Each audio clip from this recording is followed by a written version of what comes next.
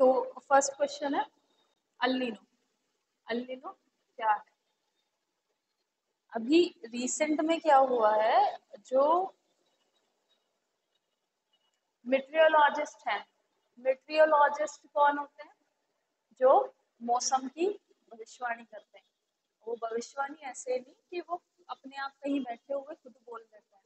कुछ मीजर्स होते हैं, कुछ स्केल होते हैं, पैमाने कुछ, ठीक है, कि विंड सिस्टम कैसा है, ठीक है, या फिर जो ये अल्नीनो है, अल्नीनो सबसे पहले क्या है? El Nino is warming up of eastern और सेंट्रल पैसिफिक ओशन। वार्मिंग मतलब उतना वार्म नहीं होता, but usually eastern Pacific Ocean suppose to be cold, क्योंकि वहां पर कोल्ड करंट है, वार्म करंट नहीं है, वो suppose to be cold, but वो रिप्लेस हो जाता है। ये फिनोमेना होता है 3 और 5 ईयर्स में, 3 से 5 साल के बीच में ये फिनोमेना होता है। और इसमें क्या होता है, जो सेंट्रल और ईस्टर्न पैसिफिक ओशन है वो यूजुअल जो उसकी पोजीशन है उससे ज्यादा एवरेज से वार्म हो जाता है, गर्म हो जाता है। अब उसका जो इम्पैक्ट है वो हमारे मॉनसून पर पड़ता है, कि अगर यहाँ का जो ईस्टर्न और सेंट्रल पैसिफिक ओशन है ये यूजुअल से ज्यादा वार्म हो गया, गर्म हो गया, तो हमारे यहाँ मॉनसून वीक रहेगा। वीक मतलब हमारे यहाँ बारिश कम होगी। तो ये जो ईयर है 2023, ये अल्नीनो ईयर है, मतलब इस समय वो फिनोमेना है, मतलब ईस्टर्न और सेंट्रल पैसिफिक ओशन वार्म है, बट उसके बावजूद भी हमारे यहाँ पे मॉनसून टाइम से आ गया है और अच्छा है ना, नॉर्मल से भी ठीक ठाक है। तो इसका रीजन क्या है? इसलिए कहते हैं कि मॉनसून जो है बहुत कॉम्प्लिकेटेड है। मॉनसून के बारे में सिर्फ सिंगल एक चीज नहीं बताई जा सकती कि मॉनसून ये है, ठीक है। तो मॉनसून जो है वो बहुत कॉम्प्लिकेटेड फिनोमेना है। अब होता क्या है बेसिकली, तो यहाँ जो वाटर है ये यूजुअल से ज्यादा वार्म हो जाता है। यहाँ पे वार्म करंट चलती है, जिसे जब ये कोल्ड होती है तो इसे बोलते हैं पेरुवियन करंट या हम्बोल्ट करंट। हम्बोल्ट एक ज्योग्राफर थे, उनके नाम पर ये इस करंट का, क्योंकि वो एक एक्सपेडिशन पे थे। एक्सपेडिशन मतलब एक उस पे एक्सप्लोरेशन होता है ना, कि he went to all the continents, सभी कॉन्टिनेंट में उन्होंने एक्सप्लोर किया, वहां पर गए और उन्होंने ये फिनोमेना देखा। तो जब उन्होंने ये ऑब्जर्व किया ना कि ये चीज होती है, तो इस यहाँ पे जो करंट है वो कोल्ड है, उन्होंने ही डिस्कवरी की थी हम्बोल्ट ने। तो इसके दो नाम है, एक तो पेरू करंट या पेरुवियन करंट, क्योंकि ये पेरू है, यहाँ पर जो देश है वो पेरू है, यहाँ पर जो है वो चिली है, ठीक है, चिली, वो साइज भी चिली के जैसा ही है उसका, ठीक है। और माउंटेन कौन सा है यहाँ पे? एंडीज। मतलब देखो यहाँ पे तो बहुत छोटा सा लग रहा है, पर मैं तुम्हें अगर और बड़ा करके दिखाऊं तो समथिंग लाइक दिस, ये ऐसा है, देखो, चिली बिल्कुल, इसका नाम चिली शायद इसलिए रखा हो क्योंकि ये चिली के जैसा है। ये कंट्री जो है ये चिली है, ठीक है, इट लुक लाइक चिली। और यहाँ पर जो माउंटेन है those are Andes mountain. Rockies कहाँ पे है? नॉर्थ अमेरिका में, कल पढ़ा था। और एंडीज माउंटेन यहाँ पर है, ठीक है। तो अल्निनो क्या है, यहाँ की जो वो है वाटर, सरफेस वाटर है ओशन का, वो यूजुअल से ज्यादा वार्म हो जाता है, ठीक है। और इसका इफेक्ट जो पड़ता है that is directly on to the monsoon. But इस बार हमारा मॉनसून क्यों वो हुआ, मतलब अच्छा क्यों आया? तो उसका जो रीजन है वो है इंडियन ओशन डाइपोल। एक आईओडी भी होता है। अब आईओडी क्या होता है, देखो आईओडी ज्यादा जरूरी है तुम्हारे लिए समझना। इंडियन ओशन डाइपोल क्या होता है? आप देखो, imagine, not imagine, this is ये। तो देखो, जो हमारा इंडिया है उसकी पोजीशन कुछ ऐसी है कि यहाँ पे है Arabian C,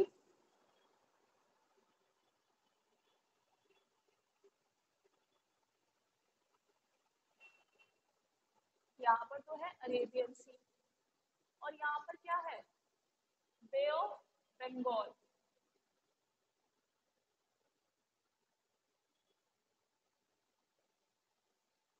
bay of Bengal. और यहाँ से जो है, यहाँ से गुजर रही है इक्वेटर, ठीक है। अब इक्वेटर यहाँ से गुजर रही है, तो यहाँ से जो हवाएं आती हैं, इक्वेटोरियल लो करंट, यहाँ पे इक्वेटोरियल करंट होती है, साउथ इक्वेटोरियल करंट, और ये इस तरह से मूव करती है, इस तरह से। अब ये यहाँ तब ही मूव करेगी जब ये तो लो प्रेशर वाली है और यहाँ का प्रेशर क्या हो, हाई। ठीक है, अब प्रेशर हाई कब होगा, जब टेम्परेचर ज्यादा होगा या कम होगा, कम होगा, है ना। तो अगर अरब जो अरेबियन है इसका जो प्रेशर है वो कैसा होगा, टेम्परेचर अगर कम हुआ तो यहाँ पे हाई प्रेशर डेवलप हो जाएगा, टेम्परेचर अगर ज्यादा हुआ तो लो प्रेशर। अब इमेजिन करो अगर यहाँ पे भी लो प्रेशर है और ये भी लो प्रेशर है तो ये तो इसे अट्रैक्ट नहीं करेंगे, ये हमारी इधर जाएंगी ही नहीं, ये विंड इधर जाएगी ही नहीं।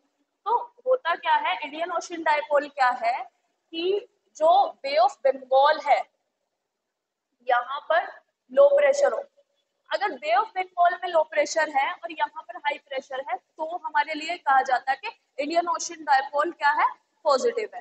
ठीक है, अगर पॉजिटिव इंडियन ओशन डायपोल होता है तो हमारे यहाँ मानसून अच्छा आएगा, चाहे अल्निनो हो या ना हो, है ना।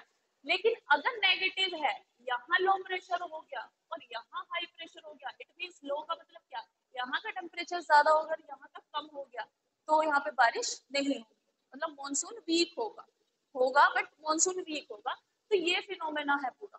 ठीक है, कि अगर यहाँ पे हाई प्रेशर होगा तो ये लो प्रेशर वाली जो हवाएं हैं, एयर है, वो राइज होगी और इधर जाएगी, यहाँ से मॉइस्चर पिक करके, और ये हमारे यहाँ पे ये वाली बेल्ट तो इधर बारिश देगी, इस कोस्ट पे, वेस्टर्न घाट वाले पे, और जो ये वाली ब्रांच जाएगी, एक यहाँ पे हमारे यहाँ पे क्या है, श्रीलंका है, अब एक ब्रांच ऐसे जाएगी अंदर और यहाँ से टकरा के यहाँ, ये वाली जो ब्रांच होती है कि कहाँ बारिश करती है, नॉर्थ ईस्टर्न पार्ट में एक तो हमारे, और यहाँ जो हमारे दिल्ली वगैरह में जो बारिश होती है वो इस ब्रांच से होती है। और अब इस बार जो हमारे यहाँ पे मॉनसून पहले आ गया, पहले मतलब टाइम से ही आ गया है, लेट नहीं आया, जो 5 जून का टाइम दिया जाता है कि 5 जून से 15 जुलाई तक ये पूरे उस पे फैल जाता है इंडिया में, और दिस इज हैपनिंग, है ना। अब पूरे इंडिया में हो रही है ना बारिश, सब जगह ऑल ओवर, तो ये यहाँ तक पहुंच जाता है, इनकी डेट रहती है, तो ये टाइम से पहुंच गया। अब उसका कारण क्या था बेटा, यहाँ पे कोई वो आया था साइक्लोन, क्या नाम है साइक्लोन का, बिपारजोय। अभी बिपारजोय आया गुजरात में, है ना, उसकी कोस्ट पे, कच्छ और रण की कोस्ट पे आया है, उसकी वजह से क्या हुआ है, बिपारजोय सीधा एंटर कर गया, उसकी वजह से मानसून हमारे वेस्टर्न पार्ट में भी। ठीक है, यूजुअली क्या होता था, सिर्फ इस एरिया में या इस एरिया में होता था, बट अब क्या हुआ, यहाँ पे जो बिपारजोय साइक्लोन आया उससे अंदर भी बारिश हुई है। ठीक है, तो ये फिनोमेना है जो तुम्हें समझना है कि अल्निनो क्या है, और इसके साथ साथ इंडियन ओशन डायपोल क्या है, आईओडी, एक एमजेओ होता है, ये सारी चीजें तुम लोग ज्योग्राफी में पढ़ोगे। ज्योग्राफी की क्लासेस ऐसे नहीं हो पा रही क्योंकि तुम्हारा पॉलिटी ज्यादा हो जा रहा है, बाकी करेंगे हम ये सब। अब नेक्स्ट क्वेश्चन है, हाल ही में किस देश ने रेशियल बेसिस पे जो कॉलेज में एडमिशन होते हैं उनको रद्द कर दिया गया। तो यूएस में जो सुप्रीम कोर्ट है, यूनाइटेड स्टेट्स ऑफ अमेरिका का जो सुप्रीम कोर्ट है, उसने हाल ही में ये रूलिंग दी है कि आप रेशियल बेसिस पे जो कॉलेज में माइनॉरिटीज के लिए पॉलिसीज बनी हुई थी एडमिशन के लिए, वो उनके लिए वो कर दिया है, स्ट्रक डाउन कर दिया उसको, मतलब रद्द कर दिया गया। अब इससे क्या इफेक्ट पड़ेगा, जो ये पॉलिसीज कॉलेज में बनी थी उससे सभी पे इफेक्ट पड़ेगा, और देखो मेनली इंडियंस भी वहाँ पे पढ़ने जाते हैं बच्चे, उनके लिए भी ये नेगेटिव रहेगा, इसका इम्पैक्ट नेगेटिव रहेगा, क्योंकि वहाँ पर पॉपुलेशन कैसी है, अमेरिकन है एक तो, ठीक है, और अमेरिकन में फिर अफ्रीकन अमेरिकन भी हैं वहाँ पे। ठीक है, अब African American are in minorities, ठीक है, वो माइनॉरिटीज में है, और जो हमारे यहाँ से कॉलेज के स्टूडेंट्स आते हैं वे भी माइनॉरिटीज में ही आते हैं। तो उन यूएस के सुप्रीम कोर्ट ने ये बोला है कि रेशियल बेसिस पे जो एडमिशन की पॉलिसीज बनाई हुई थी कॉलेज ने वो खत्म कर दी जाए। ठीक है, अब उसका इम्पैक्ट पड़ेगा हमारे कंट्री के जो स्टूडेंट वहाँ पढ़ने चाहते हैं, उनको जो कोटा या कोई चीज मिलती थी वो बंद हो जाएगा मिलना। ठीक है, तो ये यूएस ने किया है। अब हाल ही में किसे पेन पिंटर अवार्ड 2023 से सम्मानित किया गया है, पेन पिंटर अवार्ड। और व्हाट इज पेन पिंटर? देखो, जो पेन पिंटर अवार्ड है ये उन लोगों को दिया जाता है जो लोग किसी ऐसे इशू पर लिखते हैं जो कि सभी के लिए कंसर्न होता है। ठीक है, ऐसा इशू मीन्स के ये ज्यादातर उन लोगों को दिया जाता है जो कि फियर्स इंटेलेक्चुअल डिटर्मिनेशन, मतलब वो सोसाइटीज के बारे में लिखते हैं या चिल्ड्रन के बारे में, विमेन के बारे में, जो एक ऐसी सिचुएशंस के बारे में लिखते हैं जो ग्राउंड पर है। जैसे कि कुछ ऐसे राइटर्स हैं जो चिल्ड्रन से रिलेटेड बहुत सारी चीजें लिखते हैं, तो he is also children writer. किसको मिला है? माइकल रोजन को। तो माइकल रोजन जो है वो बच्चों के बारे में, उनकी ग्रेवांसेस के बारे में, और जो जो कॉन्फ्लिक्ट्स एरियाज में उनके साथ होता है उन सारी चीजों के बारे में लिखते हैं। और ये ज्यादातर उन्हीं लोगों को दिया जाता है जो फियर्स इंटेलेक्चुअल के होते हैं, जो सोसाइटीज में मतलब ये क्या करते हैं, ये इमेजिनेशन नहीं लिखते, जैसे कि बहुत सारे स्टोरीज लिखते हैं, इमेजिनेशन लिखते हैं, ये ऐसे लोगों को दिया जाता है जो रियल में जो सोसाइटीज में प्रेवलेंट है प्रॉब्लम्स उनके बारे में। सोसाइटीज में भी इन जनरल वो किसके बारे में लिखते हैं? चिल्ड्रंस के बारे में, विमेन के बारे में जो प्रॉब्लम्स होती हैं। तो ये माइकल रोजन को मिला है। और ये पेन पिंटर हर किसी को नहीं मिलता। पेन पिंटर, देखो फोर्थ क्वेश्चन है, पेन पिंटर प्राइज किन देशों में दिया जाता है? तो ये यूके, आयरलैंड और कॉमनवेल्थ कंट्रीज। अब what is Commonwealth countries? Do you know Commonwealth country क्या होती है? नाम सुना है पहले? कॉमनवेल्थ गेम्स सुना होगा, क्या होते हैं कॉमनवेल्थ गेम्स? जो कंट्रीज ब्रिटिशर्स की कॉलोनी रही है, ब्रिटिशर्स ने जहाँ कॉलोनीज बनाई है उनको ये कॉमनवेल्थ एक बनाया इन्होंने, उसमें सबको सदस्यता दे दी। India is also part of Commonwealth. But Commonwealth में इंडिया पार्टिसिपेट करने लेने से इंडिया की जो सॉवरेनिटी है, संप्रभुता है, वो कम नहीं हो जाती। जैसे कि मैंने कुछ लोगों को सुना है, फोन उस पे कुछ यूट्यूब के कुछ वीडियोस हैं और कुछ व्हाट्सएप पे और कुछ some kind of misinformation is there. तो they were talking about that India is on a 90-year lease। जो इंग्लैंड है उसने इंडिया को लीज पर ले रखा है, 90 इयर्स के लिए दे रखा है इंडिया को लीज पर। जब वो 90 इयर्स कंप्लीट हो जाएंगे देन इंडिया वापस से इंग्लैंड चला जाएगा। Do you think this is true? No. और ऐसा बहुत लोगों के दिमाग में है, और यूट्यूब पे तुमने देखा भी होगा वीडियो, और तुमने किसी से सुना भी होगा। ठीक है, तो वो लोग जो हैं उन लोगों को किसी भी तरह का जो किताबी ज्ञान है वो नहीं मिला है। वो सिर्फ जिन लोगों में रहे हैं, जैसी बातें हुई हैं उन्हीं बातों पर वे विश्वास करते हैं। जब हम लिखते हैं in the preamble that we the people of India solemnly resolved us into a sovereign, socialist, secular, democratic republic। तो जब हम सोरेन बोलते हैं इट मीन्स के वी आर नॉट, क्या कह सकते हैं कि we are not the party of any country, we are no more a colony. ठीक है, हम कॉलोनी नहीं है किसी की भी। ठीक है, तो जब हम ये चीज कहते हैं तो इट मीन्स क्या कि हम किसी की कॉलोनी नहीं है। बट कॉमनवेल्थ जो है ये वही कंट्रीज हैं which have been once colony of the British government. ठीक है, तो दिस इज नॉट ट्रू। तुम लोगों के लिए भी एक सजेशन यही है कि मिस इन्फॉर्मेशन कभी भी किसी को फॉरवर्ड भी मत करना अनटिल और unless you check the fact. ठीक है, जब तक तुम फैक्ट को चेक नहीं कर लेते तब तक तुम्हें पता नहीं चलता कि अच्छा ये रियल में यही चीज है। तब तक बिल्कुल भी उसको आगे भी फॉरवर्ड कभी मत करना, कोई भी वीडियो या कोई भी चीज है, क्योंकि इस समय हेट बहुत पीक पर है हर चीज में। वेदर इट इज कि किसी भी चीज को लेकर है। अब एक चीज है, लोग स्टबन हो गए हैं, स्टबन इन द सेंस कि वो कहते हैं कि हाँ बस मैं ही ठीक हूँ बाकी सब गलत है। जो एक ये चीज है ना कि मैं ही ठीक हूँ बाकी सब गलत है, तो ये सबसे बेकार जो गलत फहमी है वो यही है लोगों की। ठीक है, तो हेट इतना हो गया है कि ओ इंडिया लीज पर है। How can you say that without any proof? या आपके पास कोई एविडेंस तो होना चाहिए ना अपनी बात को प्रूफ करने के लिए कि लीज पर है 90 इयर्स। लोगों को मिस इन्फॉर्मेशन बहुत है। और लोगों को, आधे लोगों को ये भी नहीं पता कि what is the meaning of India, what do you mean by India. India का कोई वैसे सेंस है, मीनिंग है कुछ, व्हाट इज इंडिया। अब कुछ लोगों ने इंडिया की मीनिंग बताई है, ये भी मिथ ही है, that independent nation declared in August. Do you think this is true? कुछ लोगों ने ये बोला है कि इंडिया का फुल मीनिंग जो है, इसको ऐसे ही अपने मन से डिकोड कर लिया कि independent nation declared in August. No, India is not, the word India is came from a river Sindhu, ठीक है।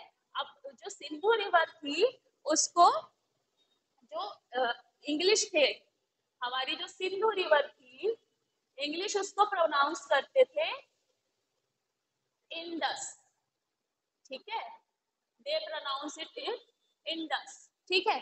और इंडस की वजह से ही they called the country as India, ठीक है। There is no meaning in this, India is a country which is located on the river Indus, ठीक है।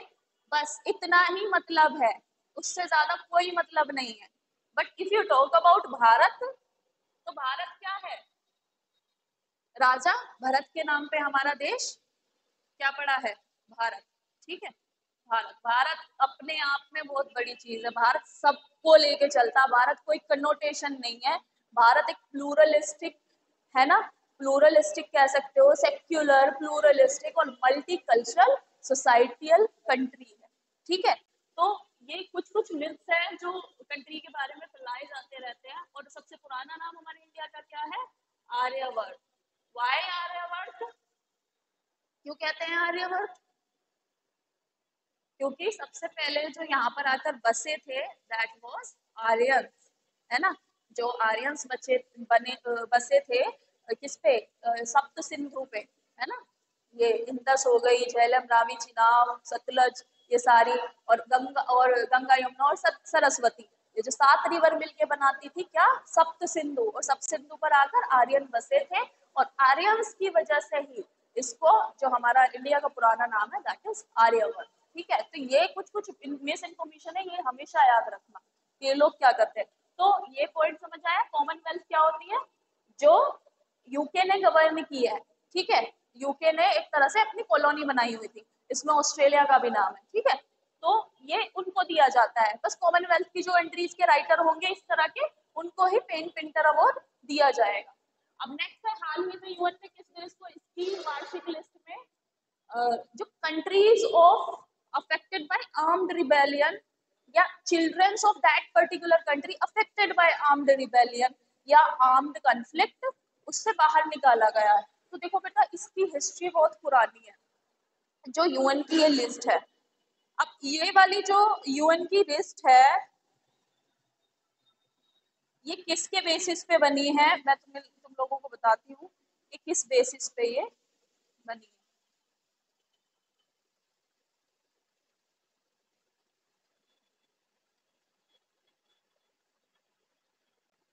देखो,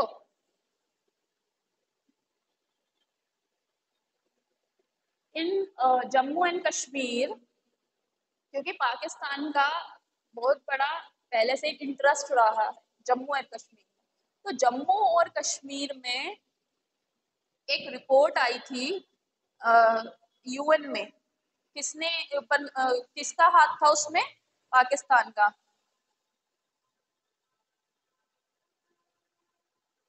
ठीक है। इसमें उसमें पाकिस्तान का हाथ था, यूएन रिपोर्ट आई थी,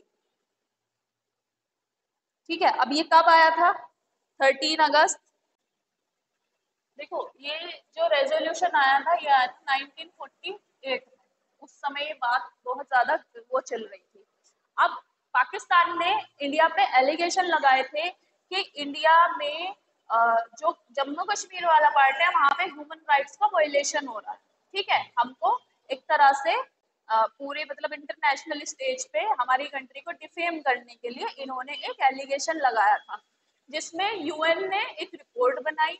उस रिपोर्ट में भी इन्होंने यही कहा था कि इंडिया में जो JNK वाला पार्ट है वहां पे बच्चों का, यानी चिल्ड्रंस के जो ह्यूमन राइट्स है उनका वायलेशन हो रहा है बाय द सिक्योरिटी फोर्सेस। सी, तो वहां पे क्या हुआ था, ये लोग पाकिस्तानी अपने खुद को नहीं देखते थे, ठीक है, ये अपनी ही कंट्री को नहीं देखते कि कितने लोग पेशावर में 2014 में पेशावर में जो अटैक हुआ था वहां पर कितने लोग मारे गए थे।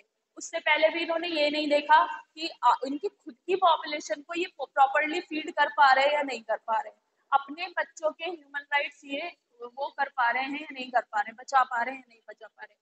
दूसरा, जो JNK के POK वाले एरिया के बच्चे हैं उनके साथ ये करते हैं कि उनको जो मिलिटेंट्स बना दिया जाता है, मतलब जो इनकी आतंकवादी वाली ऑर्गेनाइजेशंस है, लश्कर तैयबा है और एक और है अलकायदा काइंड ऑफ कुछ है, ठीक है, सम of the name are.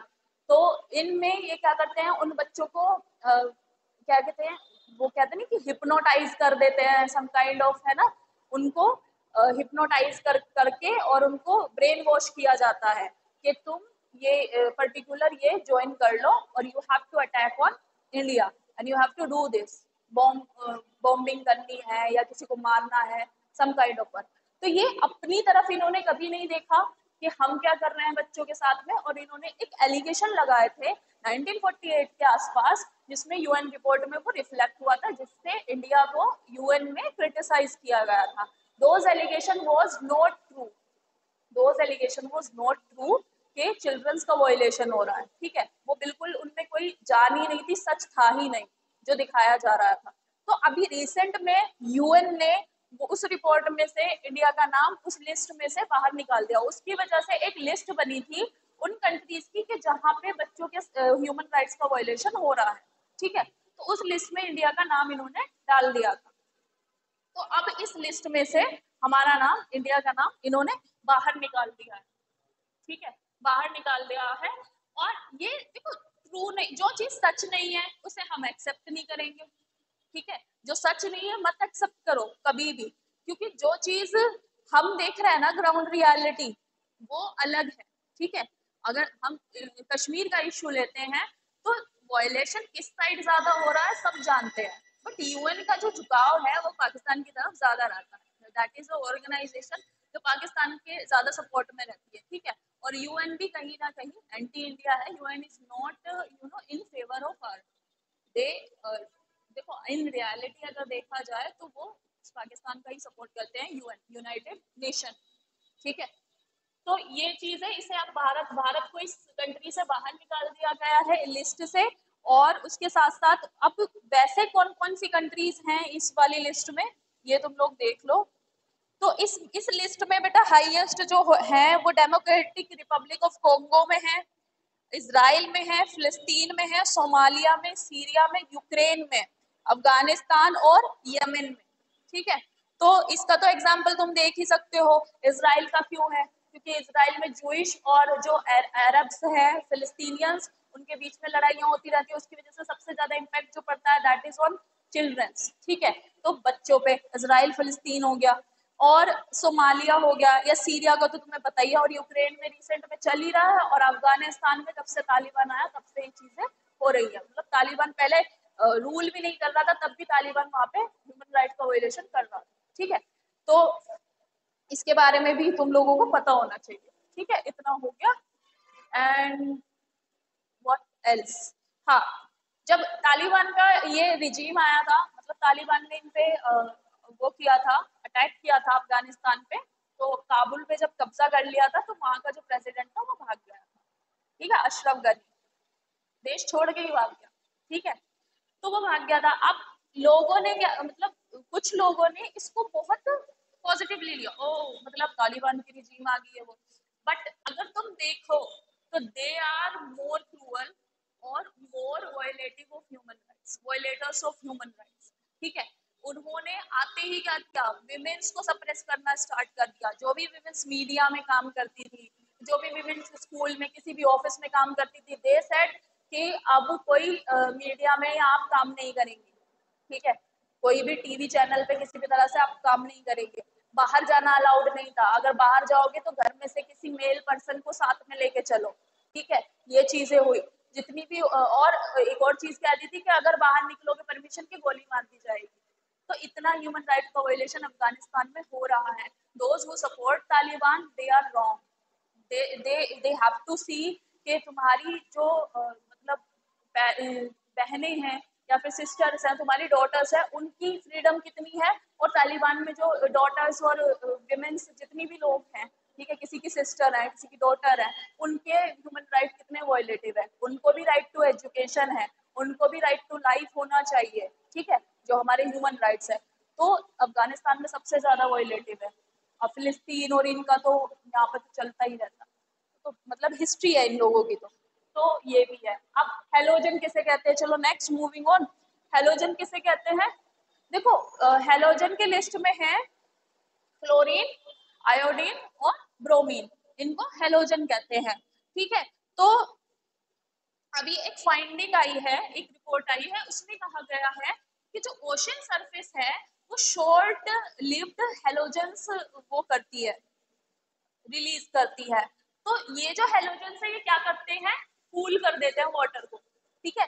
These are kind of cooling agent. जैसे कि अगर तुम उसमें देखो फ्रिज में या एसी में क्लोरोफ्लोरोकार्बन होता है, ठीक है, क्लोरोफ्लोरोकार्बन होता है जिसकी वजह से ओजोन की लेयर जो है वो हो रही है, ठीक है।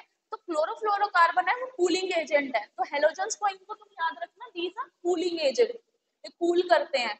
तो जितने भी रेफ्रिजरेटर और एसी वगैरह होते हैं इसमें ये हेलोजन यूज होते हैं, ठीक है। जब केमिस्ट्री में तुम पढ़ते हो तो तुम सोचते हो कि ये तो काम का ही नहीं है, हम क्यों पढ़ रहे हैं केमिस्ट्री में। आधे बच्चे तो ये कहते हैं पीरियोडिक टेबल क्यों याद करनी है हमको, है ना, ये बोल देते हैं कि पीरियोडिक टेबल क्यों याद करवा रही है, क्यों हमें पढ़ना पड़ रहा है केमिस्ट्री में। बेटा ये चीजें तुम्हें आगे के लिए काम आएंगी। एक तो तुम अगर उस फील्ड में जाओगे, केमिकल फील्ड में तुम कहीं भी जाओगे, इंजीनियरिंग में जाओगे, मेडिकल सेक्टर में जाओगे, कहीं भी जाओगे, तो इन चीजों से तो तुम पीछे हटोगे ही नहीं, ठीक है। ये चीजें तो तुम्हारी डेली यूज की चीजें हैं, तो उन चीजों के बारे में एक नॉलेज होनी चाहिए। तो ये कूलिंग एजेंट है। हेलोजन किसे कहते हैं? ये क्लोरीन, ब्रोमीन और आयोडीन। और इसके साथ साथ क्लोरीन भी है, बट मेनली ये तीन है जो कि कूलिंग एजेंट का काम करते हैं। अब हाल ही में WHO ने किस स्वीटनर को या कृत्रिम स्वीटनर को कार्सिनोजेनिक फॉर ह्यूमंस कर दिया गया है। देखो जो मैंने तुम्हें पहले भी बताया था, शायद स्वीटनर के बारे में हमारी पहले हो चुकी है बात, कि जो आर्टिफिशियल स्वीटनर है दे आर मोर डेंजरस, वो रेगुलर शुगर से भी ज्यादा डेंजरस है, ठीक है। तो अभी इन्होंने कहा है WHO ने कि जो एस्पार्टिम है, एस्पार्टिम एक स्वीटनर होता है जो कि शुगर फ्री चीजों में यूज करते हैं, जैसे कि च्युइंगम है, च्युइंगम में एस्पार्टिम यूज करते हैं लोग, है ना। तो जो ये एस्पार्टिम है, WHO ने इसे कहा है कि ये कार्सिनोजेनिक है फॉर ह्यूमंस, ठीक है। कहाँ कहाँ यूज होता है, जैसे कि सॉफ्ट ड्रिंक में हो गया, च्युइंगम में हो गया, ब्रेकफास्ट सीरियल में हो गया, जैसे कि वो नहीं आता, कुछ एड्स आते हैं कि this is sugar free breakfast, आपका वजन नहीं बढ़ेगा। आपका वजन बढ़े ही ना बढ़े लेकिन कैंसर जरूर हो जाएगा, ठीक है। तो वजन, कैंसर से अच्छा है वजन ही बढ़ जाए, है ना। तो ये WHO ने भी मतलब एक तरह से एक लिस्ट प्रिपेयर की है और बनाया है कि कौन कौन सी चीजें हार्मफुल है। ये आर्टिफिशियल बनती है बेटा, नेचुरल नहीं है। अगर तुम नेचुरली देखोगे तो व्हाट इज स्वीटनर, क्या चीनी का फॉर्मूला क्या है? HC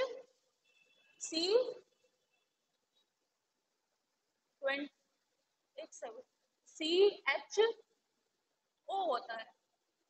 अब इसमें CHO में होता है, चीनी का फॉर्मूला क्या था?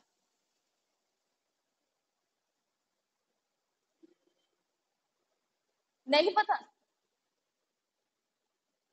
सुक्रोज जिसे कहते हैं, चीनी, उसका फॉर्मूला क्या होता है? देखो इसका होता है C12H22O11। मतलब इसमें क्या है, कार्बन के 12 हैं मॉलिक्यूल्स और हाइड्रोजन के 22 हैं और ऑक्सीजन के 11 है, ठीक है। अब ये हमारी बॉडी में भी क्या है बेटा, हमारी बॉडी में भी कार्बन है, ऑक्सीजन है और क्या है, हाइड्रोजन है। ये सारी चीज, ये तीनों हैं हमारे उसमें। तो ये जो नेचुरल शुगर जो लेते हैं वो हमारी बॉडी में ब्रेक डाउन हो जाता है इजीली, चाहे तुम जैगरी के थ्रू ले रहे हो, चाहे चीनी के थ्रू ले रहे हो, या फिर और जो भी स्वीटनर है, या फिर सुक्रोज मेनली, शुगर कैन और ये सब इसमें, और जितनी भी मीठे फल होते हैं उनमें होती है फ्रक्टोज, ठीक है। सुक्रोज तो होती है शुगर केन इनमें, और जो फ्रूट्स होते हैं उनमें होती है fructose, that is also kind of sugar, और that is completely safe for you. जो फ्रूट वाली शुगर होती है वो भी सेफ है, ये भी सेफ है। एटलीस्ट जो ये वाली है कृत्रिम वाली आर्टिफिशियल एस्पार्टिम वगैरह, इनसे तो सेफ है, तो ये तो ब्रेक डाउन हो जाती है।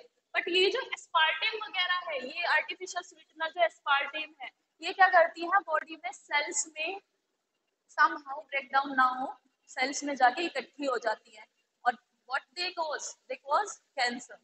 अभी तो कैंसर इसलिए सबसे ज्यादा बढ़ रहा है, कुछ समय, मतलब अगर तुम देखो पुराने समय में कभी सुना है कैंसर जैसा? Cancer is a modern phenomena, modern disease.